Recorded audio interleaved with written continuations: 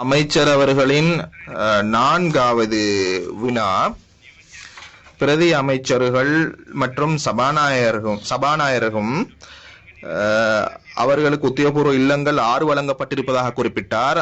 அவர்களது சம்பளத்தில் துண்டிக்கின்ற அடிப்படையில் கடந்த தடவையும் அப்படித்தான் வழங்கப்பட்டது.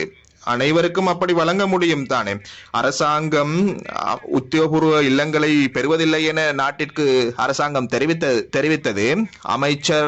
அமைச்சரவை அந்தஸ்துள்ள அமைச்சர்கள் பயன்படுத்தி எந்த ஒரு வீடும் யாருக்கும் வழங்கப்படுவதில்லை என குறிப்பிட்டார்கள். சபாநாயகர் மற்றும் 7 பிரதி அமைச்சர்களின் சம்பளத்தில் அந்த வாடகை அறவிடப்படுவதாக குறிப்பிடப்படுகிறது. அப்படி என்றால் எங்களுக்கும் வழங்குங்கள். எனக்கு என்றால் தேவையில்லை. மாதி வேலையில் எனக்கும் இருக்கிறது. அமைச்சராக இருந்த காலப்பகுதியிலும் நான் மாதி வேலையில் தான் வசித்தேன்.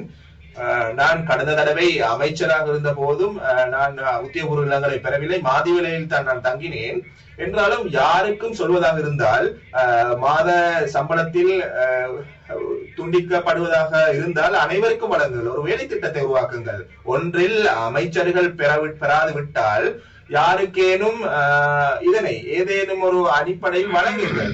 சுற்றுலா தொழில்துறைக்கு அல்லது ஹோட்டல்களுக்கு வழங்கி வருமானத்தை பெறுவதாகத்தான் நீங்கள் குறிப்பிட்டீர்கள். இதனை மூடிவிட்டிருந்தால் இன்று ஒரு மாத காலத்திற்கு ஒரு வீட்டை மூடி பாருங்கள் என்ன நடக்கின்றது என்று.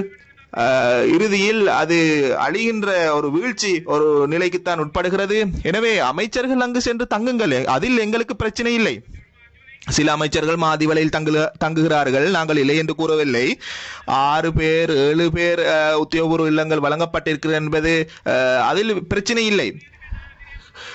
கூலிக்கு தயாசேகர் அவர்களும் அவரது வீட்டை ஒப்படைத்து விட்டு வந்திருக்கிறார்கள். பெரும்பாலானவர்கள் ஒப்படைத்து வந்திருக்கிறார்கள். இது பிரச்சனை இல்லை.